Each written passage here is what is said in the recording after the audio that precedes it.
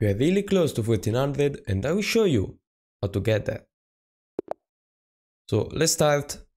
E4, D4. Don't think that's a big deal.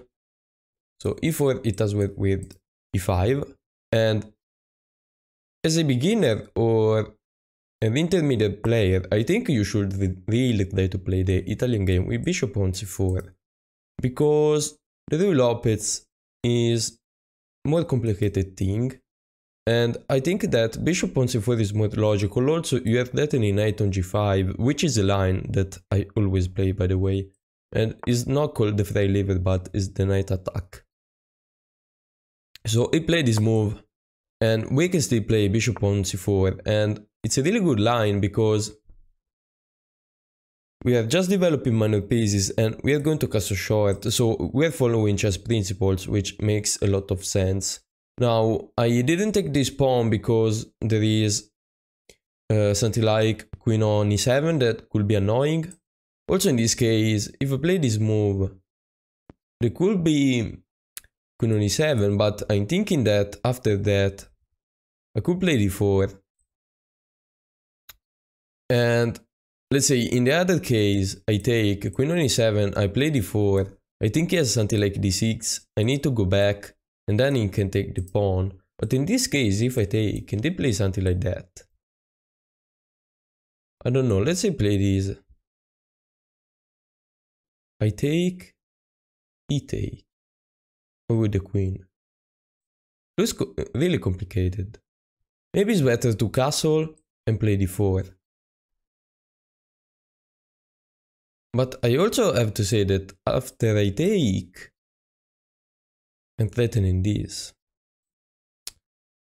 There is still this problem, but maybe before I could have played knight on h6, but now it doesn't even have that.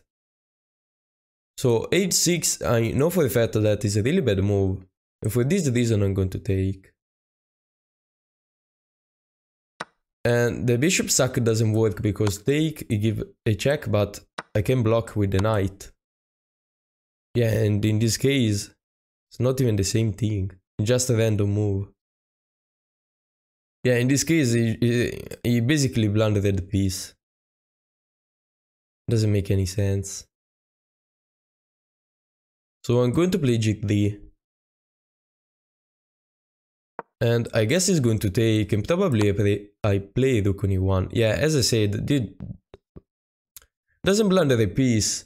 I could also play queen on f3, and if he take, I'm going to take. He has to move. I give another check. He blocks with the queen. Yeah, this is better. I mean, I'm up a piece. Makes a lot of sense. This move still work.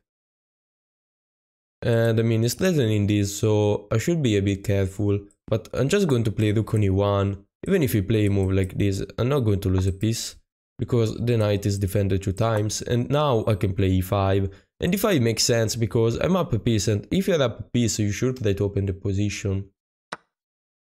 After the take, I can definitely take with the rook, because it's the queen that is spinning everything. What can I play now? Queen on e2 makes sense. But I have something better, probably knight c3 and knight d5.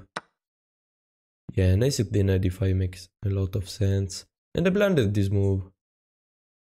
But I'm going to take the knight, he take, and I take. And it's not a problem. I'm up 2 pieces for the rook. It's fair enough, and my position should still be really good. This comes with check, so we need to play queens. And now I'm going to take with the king, and I want to play d4, for example. Move the king and develop everything.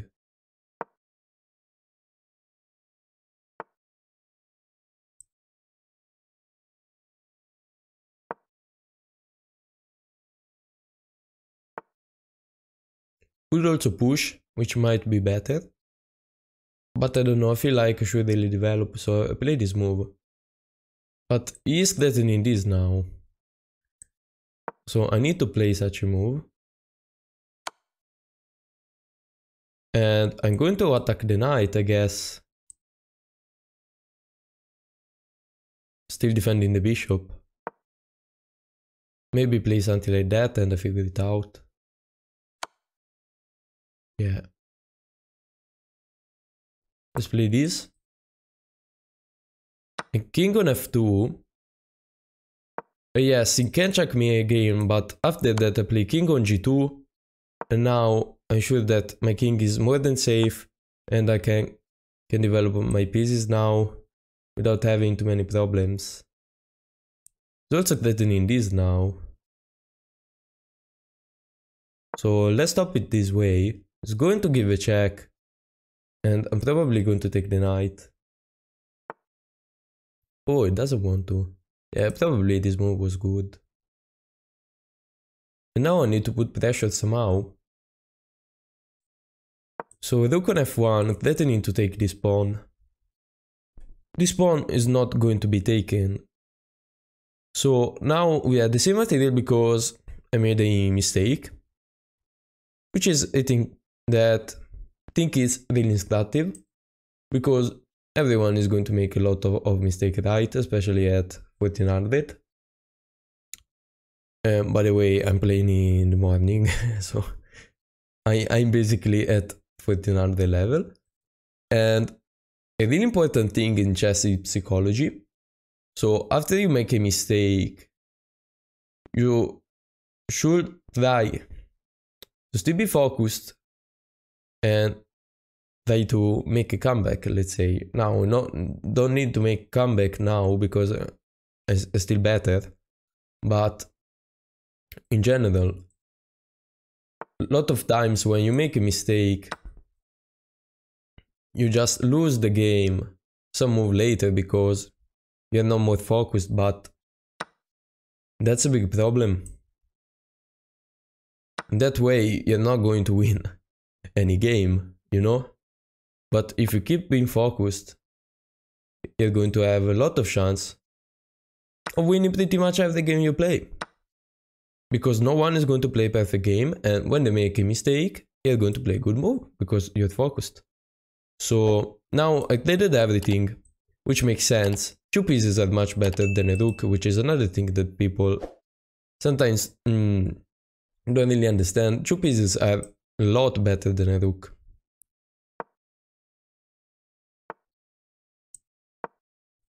I'm attacking the weakness, it makes a lot of sense.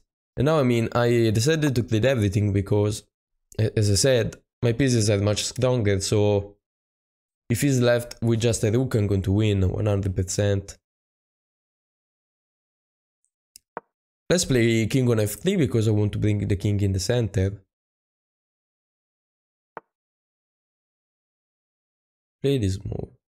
Now the knight is really tricky, so I can find a lot of ways without it. This makes sense, although this pawn is already defended. I could try to put pressure on this pawn for a simple reason. Because I have a light square bishop, so this pawn is actually going to be attacked 2 times. But how? This, and this makes sense. So I see this is a weakness, and I found a way to attack it. So now this is attacked 2 times, so I don't even need the knight, because he can't defend this pawn. But in general, let's say he plays king on g6 instead, I play king on f4 and he plays rook on f8, at that point I redraw the knight. So you see a weakness and you start targeting it. And a weakness is actually a weakness if, I mean, you are kind of sure you can win it. If your opponent has a lot of problems defending it, let's put it this way. And if it is a light square pawn, obviously it's weak because I have a light square bishop. Now these pawns are going to fall. Yeah, this rook looks scary, but I don't think it's so scary actually. So let's give this check. For a simple reason, because now the king has to go back. And now I can push this pawn and maybe defend them. Take the pawn, obviously. If you start checking me, whatever. Just run away. So, what pawn shall I push? Well, I could also take this pawn, which might be really clever decision. So I'm going to take this pawn because now this is a pass pawn and I just need the moves to make a queen. If we're doing that, I could take this pawn, I push this pawn, and now I'm also up 2 pawns. Just to be careful that it doesn't have counterplay or something like that. This doesn't work, obviously. Yeah, this basically wasted time. I want to bring the king on this side, obviously. Yeah, this hangs a rook. So, as I said, always be focused. You see, my opponent did some mistakes and now is playing much worse. So, that's the really important thing. And let's analyze this game. Let's see. So, this is the Italian game, the Italian opening. And after they play this move, yeah, probably he wants me to take this pawn. Although, what if I take and he plays queen on e7, which is a thing I'm always wondering. Yeah, I get it, probably he's going to play d4. Yeah, I played this, he played d4. Okay. What if I play d6? So the best move is knight c4. Knight c4, but I take with check. And that's what I thought. So I block, and I guess he's going to move the bishop. Oh, he's also saying d5. d5 is crazy line. But let's say bishop on b6, which looks more logical. Knight on c3, yeah, so I'm much better because I'm gaining a lot of time. So I lose the pawn, but I'm gaining a lot of times. So obviously it was a mistake by me not to take that pawn. Was a little bit scared about, I don't know, maybe some wild counterplay with my opponent, but yeah, I'm just up a lot of times, so I need to be better.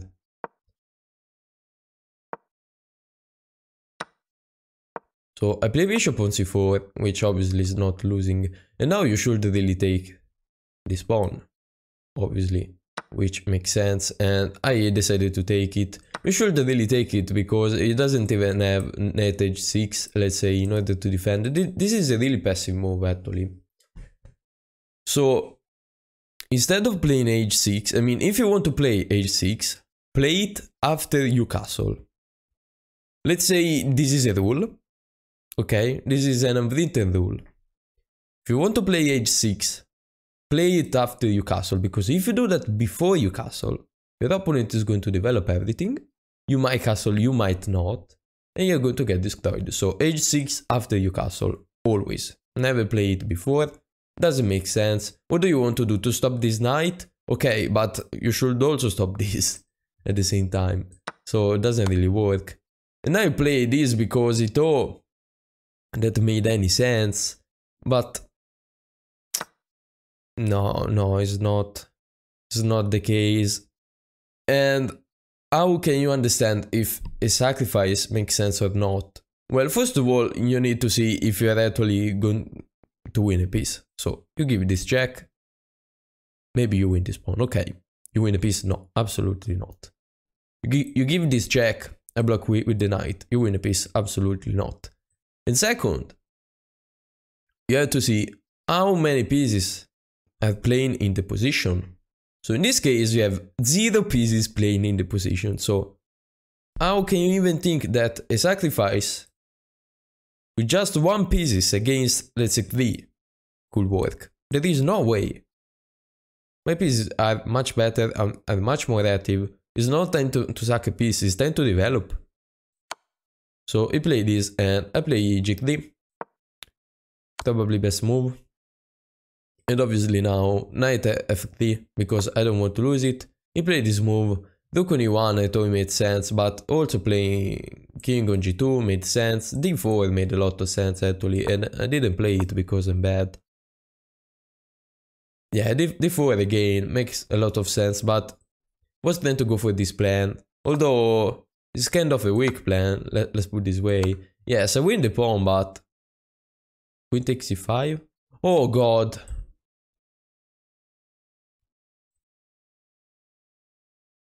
Sheesh.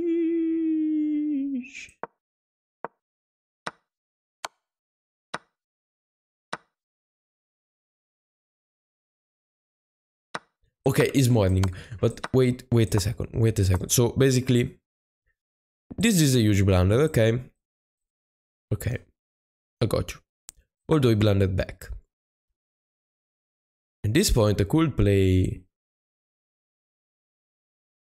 Okay, rook e4. Oh, rook e4, great move. Why not rook on d? What if I play rook on d? Knight on c6. So I give him activity back, so what I should do is play d4 and d5. Why? Because in that case, let's say I don't even have this rook. In that case, I play this take, and I have a really good pawn in this position. And after that, everything opens up. I'm up a piece, and if you're up a piece, you want to open this up. So this move wasn't necessary. The move that was necessary was playing d4 in order to open my pieces. And you see, I played bad, and what I do is checking the analysis and try to understand why I did a mistake. So next time I'm going to play d4 hopefully. Next time I'm going to play not in the morning hopefully. So I play this, and take, and obviously it's a blunder. Now I could play rook on d, but I play this, which obviously it's a blunder, and now I have to take the knight.